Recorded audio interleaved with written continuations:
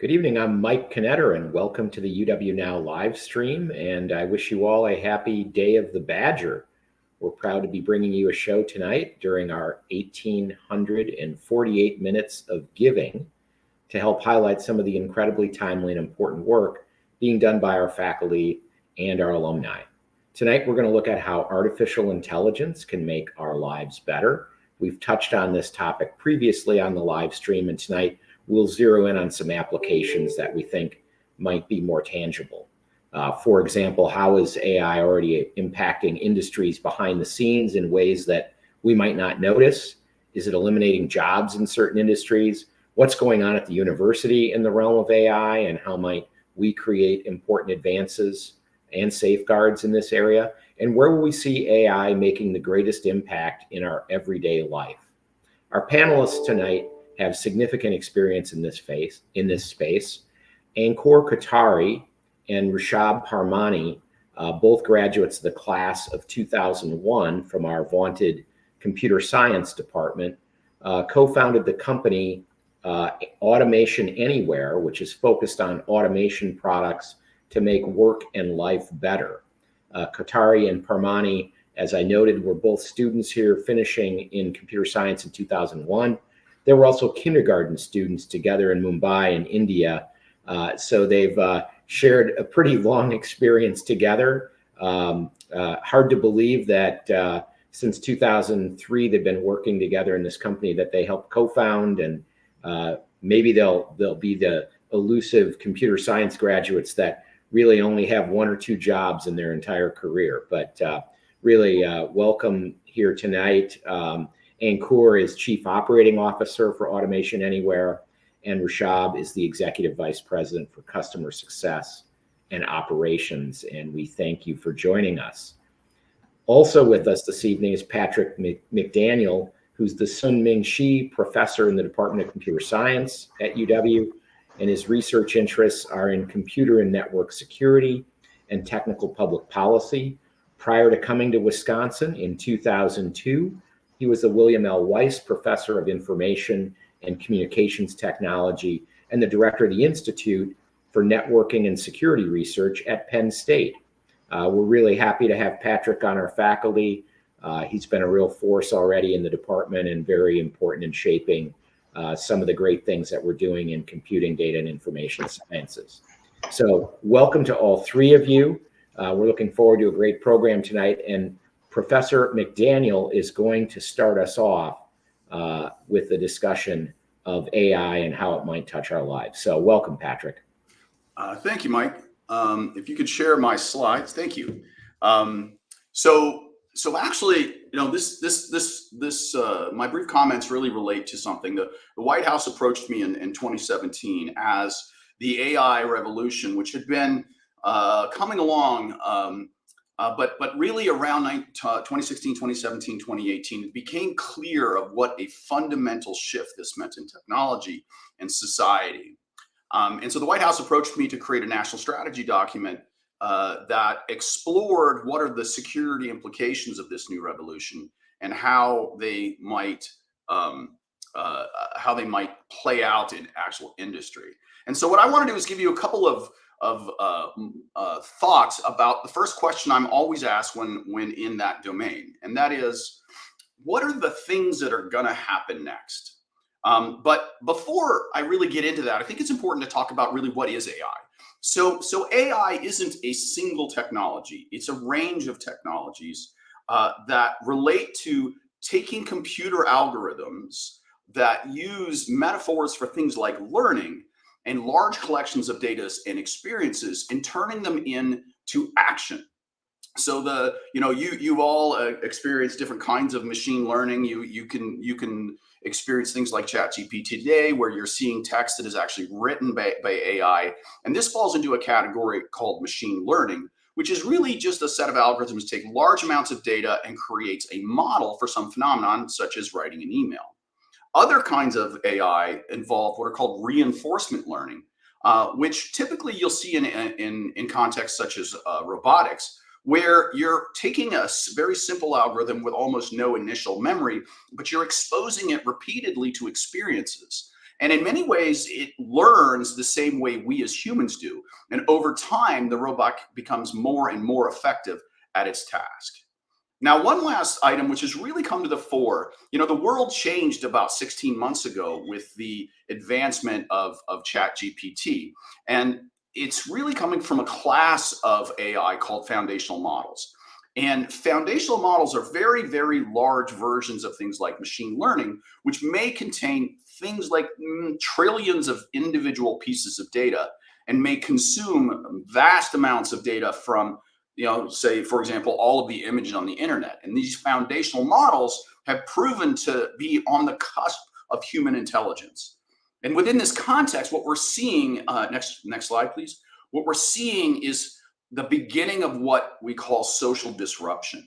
So if you think about the Industrial Revolution, Revolution changed society, it changed existence on this planet where the vast majority of humans, because of advances in farming, went from an agricultural society to an industrial society. So many people moved to the cities and worked in factories, and through things like supply chains and things like that, it led to much more productivity across the scale. But what happened is this completely disrupted the social fabric of the United States and the world at the time.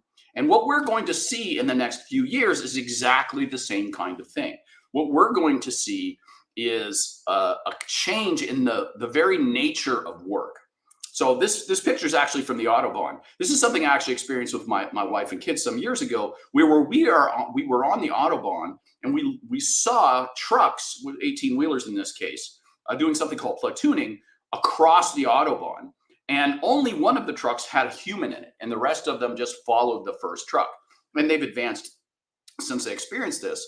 But what I saw in that moment wasn't the fact that we were able to move goods and services without humans, was that the very nature of trucking and shipping and logistics is about to change in a very fundamental way. Humans, when you can have robots drive cars, aren't really necessary for carrying out things like moving things across the country. Now, I come from a small flyover town in Ohio, and what this is going to mean is there's a tremendous number of people involved in the trucking industry, either directly as truck drivers, as people working in warehouses, but also as people that work in things like truck stops and at maintenance shops for trucks. And so all of those jobs are at risk as we move into that space. And this is actually going to be felt throughout a number of industries. The vast majority of work that happens, for example, in the financial system is actually moving paper from place to place and performing remedial, I shouldn't say remedial, but repetitive tasks that involve complex data calculations that AI can do as well or better than humans. And the market forces are amazing. They mandate the fact that you can actually have these kinds of changes in industry happen at pennies on the dollar as opposed to having humans, means that the very nature of all of these industries is going to change. And this is true of even things like education. The university, there's many things within the university, jobs that will simply disappear. Now, I wouldn't look at this as simply a loss, but this is a recalculation, a recalibration of our society, and perhaps leading to a renaissance. What if we could spend much more of our time, the vast majority of our time, in more creative, more inventive, more innovative endeavors? And this kind of AI is going to drive those changes. And where we need better policy, for example, is where we need to address dealing with these societal changes. Next slide, please. The other major thrust that I talked about in the strategy report was really the fact that we're moving into a new universe where reality as we know it is changing. The advancement in AI algorithms, we've reached a point where the content that we see, text, videos, pictures, even behaviors, can be mimicked to a point at which they're indistinguishable from human behavior. For example, if you look at these three people in this slide, you say, well, they sort of look familiar. And what's interesting is none of these people actually ever existed. If you ever want to have fun, there's a website called thispersondoesnotexist.com where you can literally enter in some demographic and age information and push a button, and it will generate a synthetic person which is virtually indistinguishable from another human on the planet. Now, what this means is that this will change the nature of creation, and it will create new opportunities for immense innovation in things like entertainment, but it has some downsides because we have to worry about things like propaganda. And again, this is how AI is going to intersect with our reality. Last slide, please. Next slide, please. So, those two forces, the changing in society and really changing in the objective reality of the content we view every day, is really going to change the nature of human existence on this planet. And that sounds on the surface like hyperbole, but it's not. It's literally going to change the way we approach our lives. And the children that are born today will live in a world where AI exists as we see it, and they won't be able to see how profound the change is. And what this calls for is that we need to think about the profound consequences on those of us who are already here and future generations, and to avoid the harms that can come and to take advantage of the many, many possibilities that these bring about. So with that, I'll turn it over back to Mike. That was a great introduction to a very interesting topic, and appreciated some of your insights into how industries might be impacted. Next, we'll be joined by Ankur and Rushabh, who will give their perspective as alums and as leaders of industry in this dynamic new area. So take it away, gentlemen. Thanks, Mike. Thank you, Mike. Before we get going, one thing we wanted to share was how amazing journey we both have had in Wisconsin, and we would not be here without all those formative years at UW Madison. When we started Automation Anywhere, we fell in love with the problem. We looked at the problem that pretty much everyone we met, every leader, always loved automation. No one said no. Still, 8 out of 10 processes or 9 out of 10 processes in the world never got automated. They were done manually. And we looked at this problem and we said that, hey, there are so many systems in the world. Only few of them can talk to each other, meaning they have APIs. Even if we kind of magically bring all those systems founders together and turn on the APIs, we won't be able to make those systems connect with each other because it requires 6 times programmers on planet Earth. So how do you make all these systems talk to each other without just adding programming and make it much easier? So we looked at that problem and we said that this cannot happen like this. We have to create some product that allows you to mimic what a person does. You can make automation so easy to build that it can allow you to connect any two systems and make them talk to each other. That's the idea with which we founded Automation Anywhere. And we said that if we can create something like this, pretty much it will be used around the world, and it can automate any process. It can make any two systems talk, and anyone should be able to do it. Can we democratize automation truly? And that's where we started this company, and was one of the companies that pioneered what is now called the robotic process automation industry. That's the journey we started with. And that was our first generation platform that kind of went across the world with thousands of customers, using our product in supply chain, logistics, HR, finance, customer service, IT, in different departments, trying to automate every processes that can be automated. We fundamentally tried to reduce the time it takes to automate any process. From there, as we evolved, our journey has been almost 20 years. And in that, we kept on evolving our platform just from automation to kind of completely look at an end-to-end cycle of automation, right from how do you discover these processes, how do you automate, how do you ingest data, and then that's how the platform kept on evolving.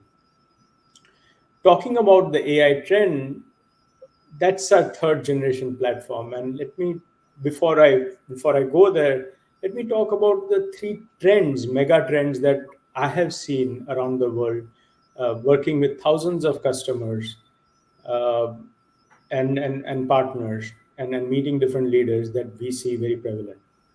One, the world is in productivity crisis. If you look at it, our productivity is, labor shortage is there across the world. The productivity, if you look at it in the last 20, 25 years, has not, with all the technologies from computers to mobile to internet, the productivity has remained flat or a little bit lower. And there is a global shrinkage in the working population. So when we looked at that problem, that productivity crisis can only be managed by doing work in a much more efficient and better way. When you combine AI and automation, that allows you to do that. So that was one big trend that we started seeing. When you look at larger companies, the other big trend that we started seeing was that in last 20 years, if you look at, there have been so many system of records, and people keep kind of investing in the same system of records. But if you meet all their executives, they'll tell you that they are spending so much in just maintaining the system of records, but they would want much more outcome and output out of it. And that trend, instead of just keep investing in the system of records, how do you make them connect with each other, and how do you make them talk to deliver larger outcome? How do you orchestrate work between that is one of the big trends that we keep seeing. So what we call is that it's a big shift from the system of record to system of work. So that's a very mega trend. And the third trend is, with Gen AI. When Gen AI started accelerating, what it did was it put AI in everyone's, on every map. AI is a stream of different technologies coming together. What Gen AI did was it kind of put it in front of everyone. Rarely some technologies come that gets discussed both in boardroom as well as in your kitchen table. And then that's what happened. That completely accelerated this wave. It allowed you to kind of understand languages, interpret it, and then make it much more easily available for everyone to use. What it did in businesses, when you combined AI with automation, it created a very powerful, kind of almost a power couple, right? It allowed you to create a brain that kind of is much more savvier to understand different processes and interpret different processes, and also allowed you, that brain is not of use unless you can put it to work using automation. So what it allowed us to do is create a third generation platform that combines these two powerful technology to automate any process that can be automated, but kind of completely change the paradigm of how work gets done, change the operating model that drives mega results and outputs for these companies. And that is our third generation platform. And I wanted to Rushabh to kind of take it from here and talk about that platform. Yeah, thanks, Ankur. I think one of the biggest things that all the large enterprise companies looking for is so much evolution in the AI space, so many technologies. But at the end of the day, how do you take all of these AI technologies and put it to work? So in our world, we call it putting AI to work, and drive that productivity, drive that efficiency, bring that value to the organization. And that is what we are after. We work with customers all around the world. We have, I think, close to over 5,000 enterprise customers, and everybody is doing things in a unique way using technology like Automation Anywhere. So one example is last year we worked with the largest utility company in Brazil called Petrobras. They are huge, right? And they have one of the problems that they solved using the Gen AI and Automation Anywhere platform together is in their tax filings, right? So within 3 weeks of working with us, they were able to save almost close to $120 million in taxes, right? People haven't seen that kind of impact in the world of AI and automation until the technology evolved to this level of maturity. And now Petrobras is on a journey to save almost $1 billion in taxes using Automation Anywhere and AWS Gen AI platforms together. And that is the kind of impact, even Professor Patrick also mentioned. I mean, it's truly transforming, disrupting the way work was done before, and the rate at which things are evolving is just mind blowing. Things that we couldn't do 10 years ago or 15 years ago using our platform, now we could do some of those things in a matter of days and hours, right? That's how fast the technology has evolved, and allows enterprise to automate some of those complex business processes that were never possible before. The other example that I would like to share is, we work with one of our largest life sciences company. They are into the drug manufacturing and the vaccines. What they want to do is they want to empower almost 90,000 of their employees throughout the world to drive productivity, right? Because the enterprise productivity, to what Ankur mentioned, is the biggest problem in a lot of CEOs' mind, right? How do you bring 30 minutes, 1 hour, 2 hours back to people's lives from working with so many different technologies and silos in their enterprise processes? So by deploying a technology like Automation Anywhere, Copilot, and backed by the Gen AI engines, they want to drive that enterprise productivity across all their functions, right? And again, some of these things were never possible 16 months ago for sure, and even several years ago, but now they are all possible. And the most important part is it doesn't take years and years and months of effort to develop and deploy, right? That's the premise of democratizing the automation, making it easily accessible to people, which never was before. And those are the kind of impacts that we see in the market. And that's what excites us, at least for Ankur and I, the type of impact that it brings to our customers and value to their organization. It's just amazing. One of the, just to close on that, the amazing aspect of when you bring these technologies together is how it enhances what an individual can do, so that so machines can do what they were designed for, so we can do what we are good at and trying to solve that problem. I mean, a very simple example is when a product gets utilized in customer service part in that domain.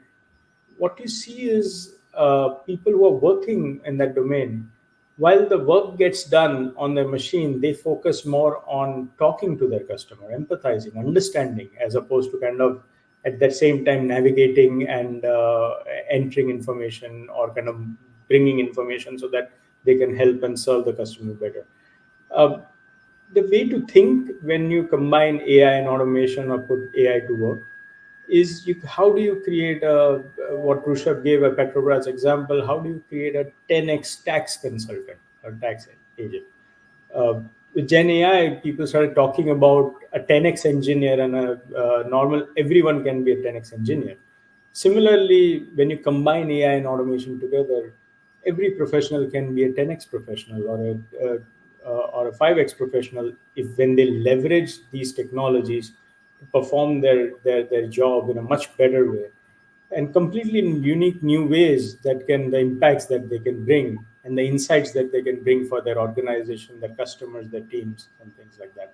So it's fascinating how work gets completely reorchestrated, evolves, and the amount of things you can do when you put AI to work and combine technology with the amazing power that we all bring as people and as experts into our respective field. When we leverage this, it allows us to do what we are good at and solve the problems that needs to be solved. Yeah, we are all about freeing the human intellect, because that's the biggest power that we have as a society.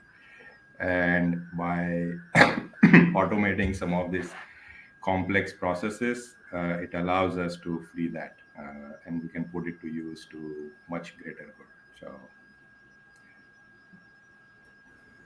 Well, I guess, people have been concerned with every wave of technology that somehow it's going to render every person, useless and we won't have jobs. And to this point, the Luddites have been wrong every time about Yep. that.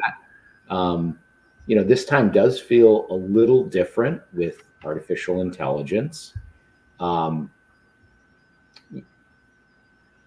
of the things I wonder about, since we're here because of UW Madison, where you went to school and where I work, do you think the prevalence of AI will kind of undermine the motivation of people to get an education?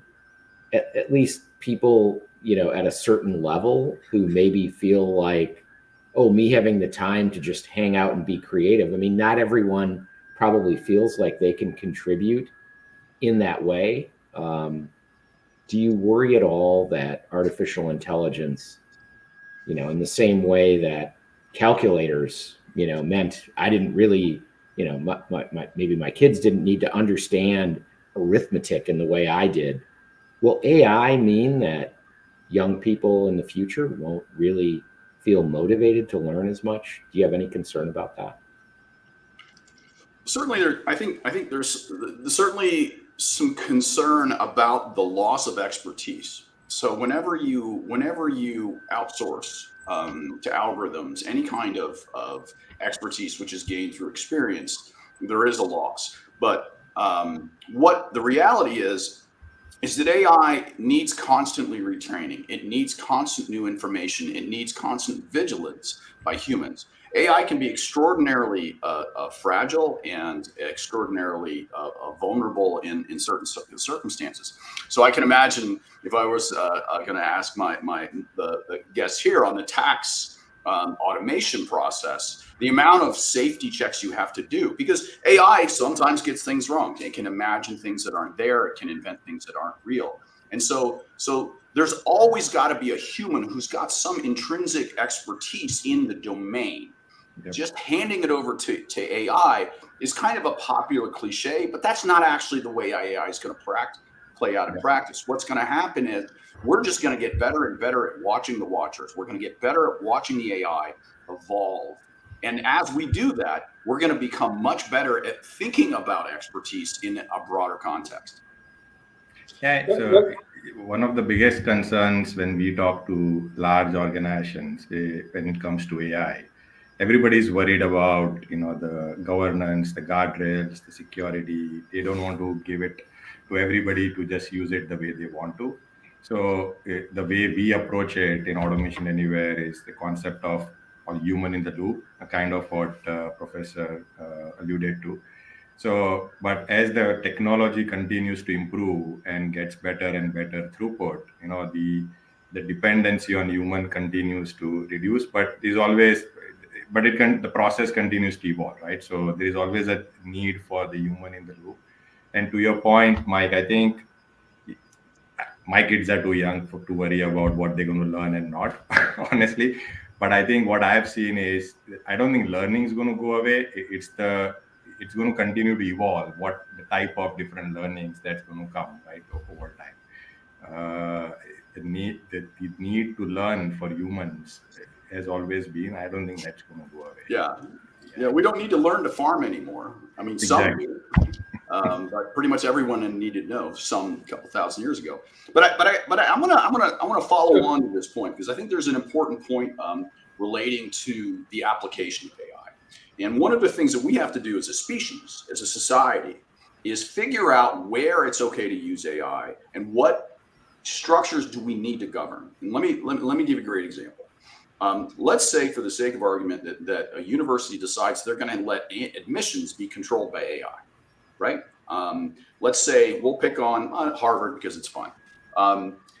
So Harvard has a big admissions problem. So now what they're going to do is they're going to take all of that legacy, all of the admissions, and they're going to encode all of the SAT scores and all of the other demographic information, everything else that they use in making their decisions, and they're going to feed it to the algorithm.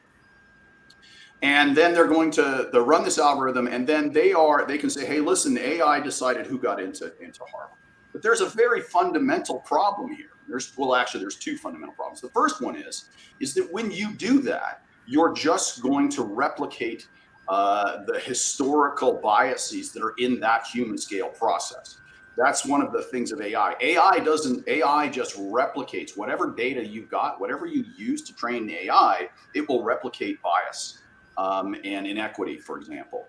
And there's a whole field of AI called fairness, which is actually looking at how do we look at AI and measure, and actually some really interesting work is going on here at UW that look and see how algorithms are actually biased. But that's only one part. The second part is actually that there's kind of this relates to economic theory, but it basically says if people will learn to game the AI. They will learn what makes the AI happy. If they learn playing varsity tennis, increases your chance of getting into Harvard by 5%, and Glee Club gets you another 3%. They'll just figure out how to stack activities, how to stack background, how to stack the town they're from, such that it makes the algorithm happy. That doesn't make them good academics. It doesn't make them good students. It makes them like the other people who have been to Harvard. And maybe one last comment. I'll try not to dominate. But the problem with that is that the AI, where the expectation that the AI is going to do something smarter than humans did, is not going to happen. I agree with what Professor everyone is saying. One thing I find it extremely fascinating. I am an optimist on how this will evolve in learning. I mean, so am I. Look, when every technology came, people said that this is there's always doomsday, but things have gotten much better. We are much smarter as a species. I have a much higher opinion of us as a species. The education I'm very optimistic about, because when I grew up, it was all about answering questions. Education was all about answering questions. And as it has evolved, I think so what this would do is it would about asking the right question as opposed to answering the question. And it's fascinating because as you grow in your career, anyone would tell you that asking the right question is a much bigger skill. It's much harder skill. If you just ask the wrong question, you can take an organization in a wrong direction for 2 years, 3 years. Now, when you think about it, I would love to be a student right now because I can get the answers, but what's the right question?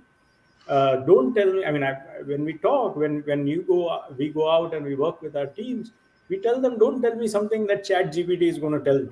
Tell me a little bit more. Now that completely changes. Now, when we grew up, obviously we followed an industrial age. We came from that, a lot of the practices were followed through industrial age practices, even education. This has become very experiential now. So the level of questions, the level of things you can do, the level of impact a student can make now that you have all these answers available to you. But can you ask series of right questions to stitch together an answer to solve a much more complex problem? I would love to be a student right now because that's a very different way of thinking. Yeah. And when we grew up, we had to pick one faculty. We had to say that, okay, I'm going to do computer science, or I'm going to do business. Now you can start combining all these different things in the way that people didn't think of. So I find this much more fascinating. Always thought that learning is great, but learning how to learn is one of the hardest skill sets. And that's a lot of fun. I mean, when you bring these things together, it allows us to tap into that part of our cognitive ability. So actually, if I can interject one more question, because I think you asked the right question. Should we be optimistic about AI in the long term? And I am extremely optimistic. And the reason is that AI is not the first technology we've ever encountered. We've encountered throughout the human existence, we've encountered new technology, and all we have to do is figure out how it fails and in what way, and figure out how to detect when it does fail. And then we know how to build robust, secure, safe, unbiased systems out of faulty components. It's called engineering, right? Cars took 100 and some years to actually become as safe as they are today. And so we have to bridge the gap. And where I think maybe a voice of caution would say is that perhaps what we need to do is really concentrate. In fact, that's a a lot of what we're doing here at the University of Wisconsin now is figuring out how it fails and then building those rules and then structuring systems so that it can detect when it fails and it can correct.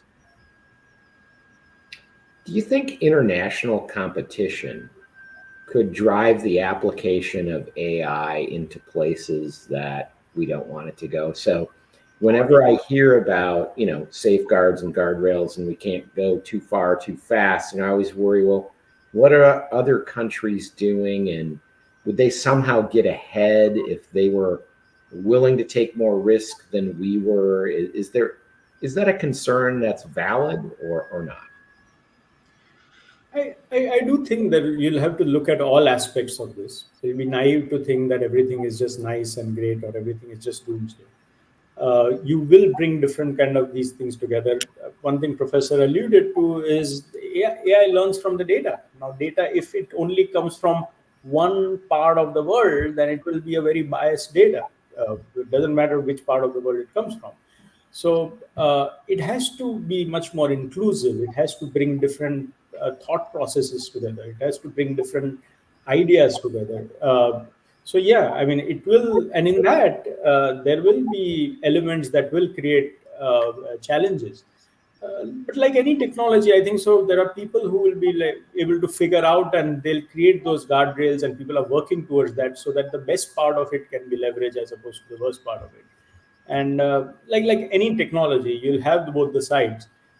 I do believe that this will bring much more positive. The amount of problems that will allow us to solve now will be much higher than like every technology evolution created that. There will always be certain elements that needs to be managed, needs to be controlled. But I'm confident, looking at human history, that we will be able to do it really very well based on all other previous technology revolutions.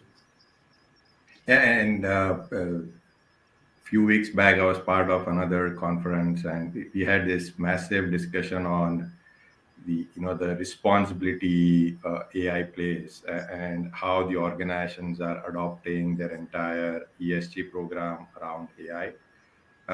I know there are no standards established now, but they are also evolving, and over time, very soon, organizations will be expected to have certain standards that they have to meet in terms of how they comply and not comply with respect to AI.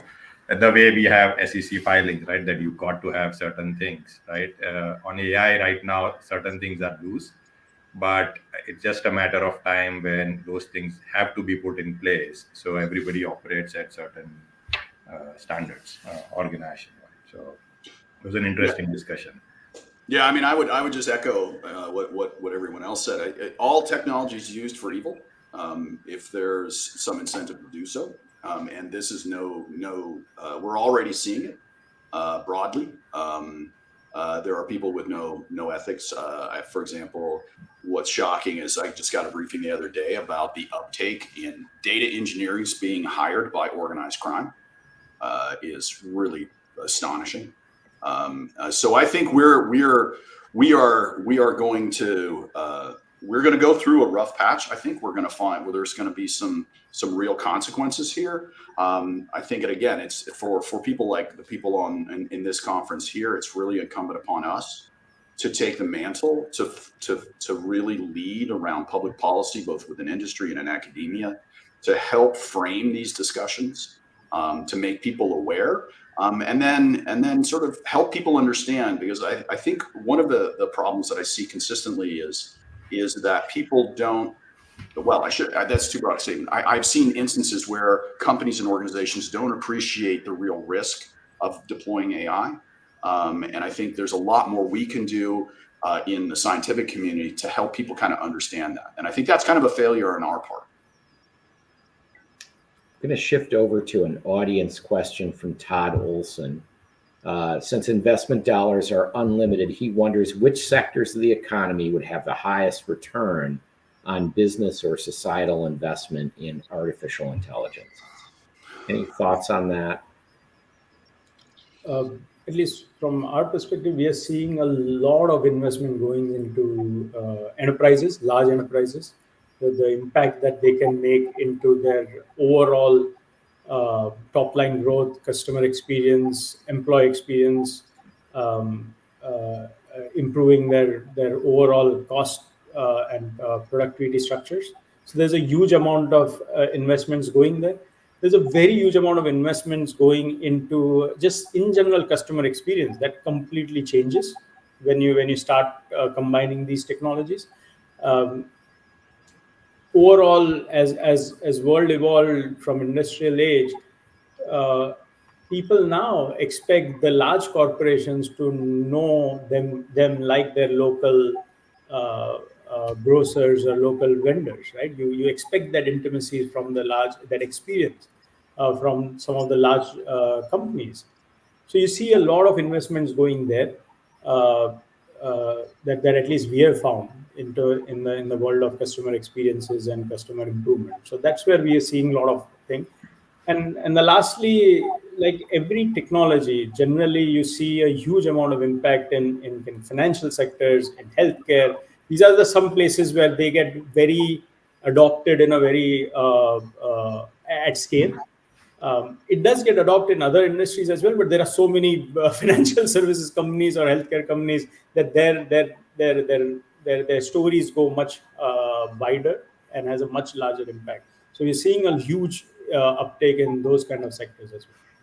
Yeah, and I think one big concern a lot of CEOs have is in this market, dynamic market, how do you retain your employees, right? How do you continue to train them, make sure they are happy and satisfied with the job they do?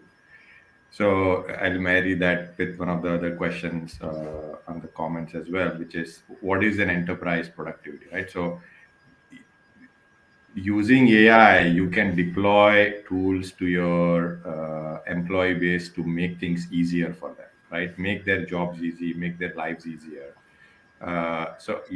It's more about embracing the technology, but in a way where you can responsibly scale it. And that will bring the overall employee happiness, we call it ENPS, high. You can retain more employees, and thereby also improve the overall productivity. And that because nobody has unlimited budget, right? As Steve mentioned as well. So how do you make the most out of the dollars and generate better output for your organization? Yeah. So I'd like to kind of invert that question a little bit and say, what is going to be the sector of society which is impacted most? And this brings me back to about 8 months ago, I saw an image from an Amazon warehouse. It was a biped robot, and biped is just, sort of space agey, but it was literally moving boxes. And it was in that moment that I began to play it out. Our society is going to have the people that are going to be affected most by the AI misplacement, the displacement of jobs, will be people in the lowest skill levels. People that are doing things, road work, yard work, that whole sector of the community. Not only are they the ones that, Amazon can spend what they pay one employee a year for to buy a robot that never sleeps, never strikes, and it lives for, some 10 years on our maintenance. And so the economics are overwhelming. And so what we'll see is that massive displacement. But at the same time, it's that sector of society has least ability to react, to rebound from that. And what some sociologists are talking about is there's a real potential if we as a society, we as a country, we as a world don't decide to do something, we could be in a situation where we literally have a lost generation of people. And there was something similar in the Industrial Revolution, where there were just people for whom there were no jobs. And that would be a real tragedy. And so I think, what we have to do, not only deal with this as a technology issue, but we're really going to have to deal with this as a societal issue. And what I've heard recently from Washington is a lot of good talk about actually addressing this problem through retraining programs and really rethinking the structure of markets. Well, I'm an economist, so I'm not going to go down the rabbit hole of rethinking the restructuring of markets. Okay. I'll go to Kristen Kadner's question. How will AI impact cybersecurity, both for the attackers as well as the defenders? So yeah, this is what I do most of the time is actually work in cybersecurity. So maybe I'll take this first. So AI, obviously, the thing that I think was been most obvious to us over the last 5 years and I'll start with the adversary, the attackers, is the velocity of the attackers, their ability to create new and novel attacks, to create new and novel situations at what we call line speed. They're able to create new things and morph and attack in new and interesting ways. And we're starting to see, my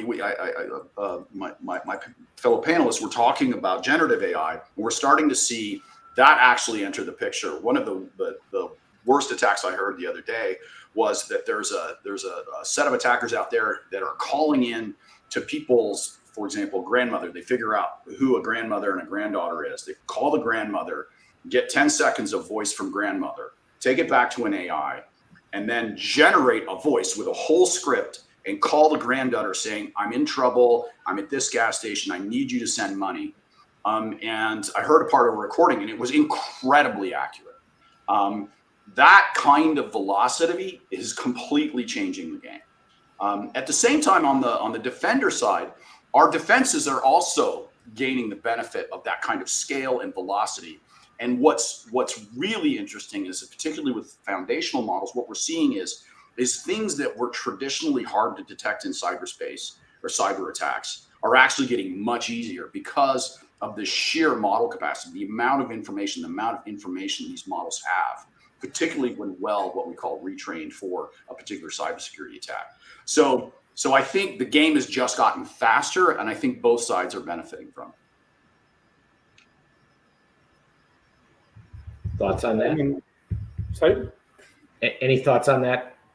No, I second what Professor says. The way you have to look at it is that some of the biggest attacks happens with technology put together.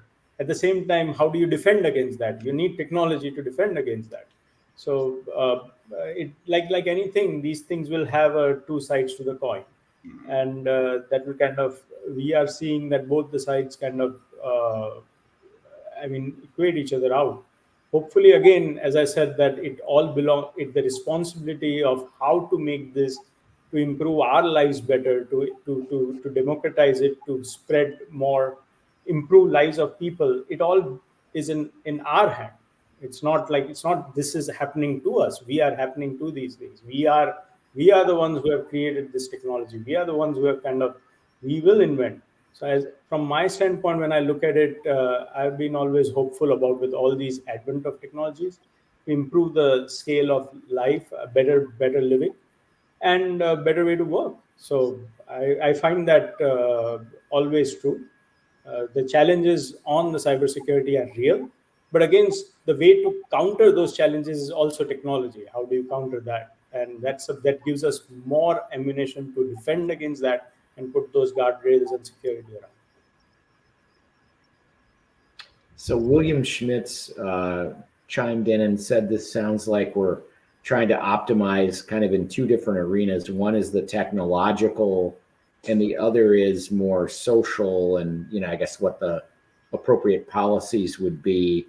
And he wonders if it's sort of the technological is optimizing faster and then the social will follow. Is that kind of how you see it going? At least what we see is, at least I've seen, so talent is distributed evenly in the world. Opportunities are not. Technologies allow you to take those opportunities everywhere. So I'll give you a very simple example. Rushabh and I both studied at Wisconsin, learned how to code, incredibly grateful about that. What the product that we created allowed, so 25 years ago, only certain people with certain education, certain things were able to automate things. They had to write code, they had to write things. We were able to create a product that allowed us to now train within days kids in girls in different part of world, in remotest part of the world, on how to automate. Some of those people, we have our CSR arm that does that. They get trained within few months, and then they get pretty good job very, very well-paid jobs of, six-figure salaries. These people, incredibly bright kids, incredibly bright individuals who could learn. Now, something as simple as automating process can be democratized, and so many new jobs can be created, and you can learn that within few months or few days or few weeks. These things were not possible. These things. So when you do that, it allows you to take these opportunities to every level. It doesn't just belong to few. Democratization of technology allows you to do that. And then how do you use that to channelize, to help everyone, to take opportunities to everyone? That is the job of the enterprise. That is the job of people who are creating these technologies. They have a responsibility to make sure that everyone becomes part of this movement. It helps you improve the lives of everyone. So from our standpoint, it's a pure business technology, but it allows us to take it and take it to individuals in every part of the world who can help either automate things or learn on how to change the world. So these things, for me, they both have a kind of some kind of a connection. As technologies and industry evolve, they have a responsibility to take it to the societal change, and then same vice versa happens. As this change and as those democratization happens, society puts pressure on the industry to even further improve that technology gain so that they can get more benefit out of it. You can create it's a much more virtuous cycle if you just kind of engage in that from that side. Yeah, humans are, so I'll hit a little bit more on the societal part. Humans are spectacularly bad at predicting the future. And policy, for that reason, public policy is reactive. And so technology always leads and policy always lags.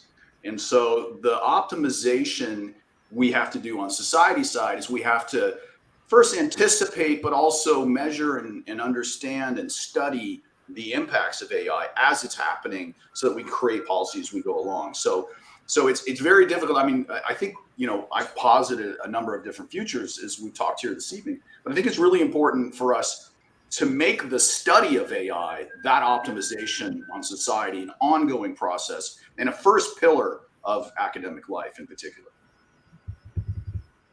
Yeah, I think you were commenting earlier, Patrick, and I'm maybe putting words in your mouth here, but all of us probably work in very knowledge-intensive businesses, and I do worry that AI could have pretty big disruptive effects in other parts of the economy where people can't easily, re-optimize and find an equivalent paying or better paying opportunity than they might in some of the areas that we're accustomed to working in, and the types of people that we work with. So if people have worried about the skewing of income and wealth over the past 30 or 40 years, I would say buckle up, because I think that's likely to get kind of exaggerated yet further potentially.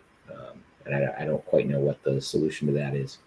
I'm going to put in a shameless plug again for this being the Day of the Badger, where we have 1,848 minutes of annual giving targeted in different areas. And, you're all free to go online and find out what those opportunities are. But I thought I would ask you, how would AI help us make Day of the Badger more efficient?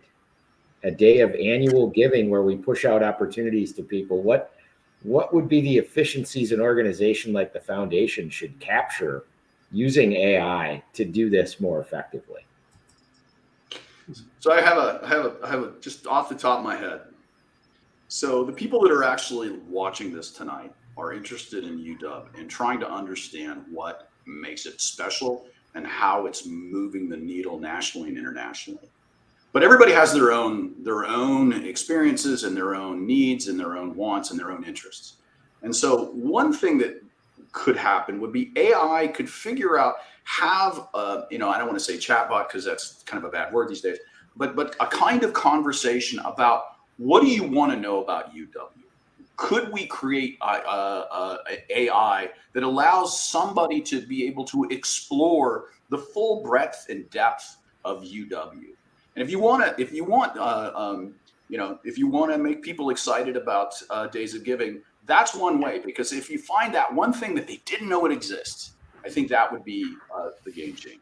The chatbot development officer, available all the time for everyone. I like it. Yeah, I'll bring out the student in me. If there is an AI technology that helps us be to higher state, that's what I want. Yeah, that's lot of giving. Hey, let's not leave Minnesota out. We love beating them too. Yep. Great thought. Final question for each of you. I would love each of you to tell me, 10 years from now, Patrick's caveat notwithstanding, we can't predict the future that well, but I'm going to give an economic outlook talk in Chicago Thursday night. So I'll put you guys on the spot. 10 years from now, what's something that is going to be kind of commonplace in our daily lives that isn't today, that will be really kind of important and beneficial and a positive impact that artificial intelligence is going to have on our life? What's something that will be simplified greatly for us? I'll give an easy answer to that. A simple answer. Easy way out. We all drive. We see people, people working on a crane, lifting things, building things. We all complain about traffic and move forward. That's a person, and a machine working together, trying to build something which is bigger. Now, if I have to do that with my hands, we would not be building all these things around. That's a normalization of a human and a machine working together, trying to build something. You'll see that every 10 years down the line is the same thing. These things people are much smarter. They figure out how to kind of use these technologies to enhance. I think so every generation, as they evolve, they look at the problem very differently. My son had bought this big TV, and I was talking about having a nice TV when he was young. He goes, and I said, "This is a great TV." So he goes and touches the TV screen like this. And I look at him and saying, "What are you doing?" And he gave me a look saying, "What are you doing buying this junk? I can't even touch it." So 10 years down the line, I mean, I'm very hopeful where these things normalize. People will use these technologies to make their lives better, their work better. Jobs and work will evolve.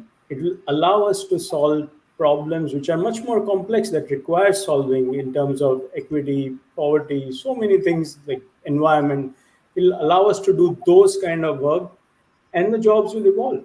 And it will allow us to create a much better place. So it will normalize, like all the human-machine partnerships have evolved. And that's what I'm at least hopeful on. So maybe I'll jump in. Well, go ahead. Right. We touched on this topic earlier in terms of learning. I think having 2 or 3 majors will become not like a de facto thing. Right now, everybody makes up their mind and builds a career in one particular major. That's how at least we all grew up. But I don't think having 2-3 majors will be that uncommon, 10, 15 years from now, because the speed at which you learn is just going to be exponential. So that's what I think. 2 or 3 majors sounds terrible. Depends Under the current regime. Yeah. Patrick. Yeah, let me just say, I mean, I'm often asked, what's going to be the single most profound effect of AI in the coming years? And I will say definitively, it's going to be healthcare. 16 months ago, when the foundational models really turned the corner, it probably added 10 to 20 years onto all of our lives. The reality is that we as a species are the most complex machine on the planet, and our ability as doctors today is based on what is a generalization of what this machine can do. But as it turns out, the best outcomes are when you can very carefully personalize the doctor patient experience. And so what we're going to see is literally we're going to see decades added to everyone's lives, and they'll be high quality. again, we have to solve the economic problem of getting that healthcare to everyone. But if I was going to say there's a single thing that is going to be the profoundest change in the next 50 to 60 years, that's going to be it. Well, thank you all for joining us tonight. This was a fascinating discussion, great insights from both academia and the private sector from our graduates. Wonderful to have you all with us. Thanks for having us. Thank you for having us, Mike. It was a pleasure. Really appreciate it. I hope we can do it again. And thanks to our audience for joining our live stream tonight. A reminder that until 5 p.m. tomorrow, it's still the Day of the Badger. I guess it's 2 days of the Badger, 1,848 minutes. We encourage all who support the UW to visit dayofthebadger.org to make a gift to an area that you're passionate about and encourage your friends and family to do the same. We will be back with a live stream on May 21st, a special edition celebrating UW's 175th anniversary, and we will look deeply into UW's work on Alzheimer's research. We look forward to seeing you then, and until then, on Wisconsin. In 1848, just 2 months after the creation of our beloved state, a great university was born, the University of Wisconsin, to serve, educate, and benefit people from every corner of Wisconsin and beyond. And for 175 years, we have pushed forward, energizing dreams and igniting innovation. With educational opportunities that create promise and research that improves lives, UW-Madison is a place where an idea can change the world. And as we look forward, we also look back to stand up for what's right, build common bonds, and a better future. When combined with inspired goofiness and Badger spirit, there's an inspirational and unconventional vibe that's all Madison. It's more than just fun and games, though. At the UW, we go from brainstorms to breakthroughs, from today's students to tomorrow's leaders. This is where an idea can change the world, the whole world, a corner of the world, my world, our world. UW-Madison's profound eurekas and personal ahas transform us all and serve the greater good. As proud Badgers, we celebrate the last 175 years and the next as the UW charges forward. On Wisconsin.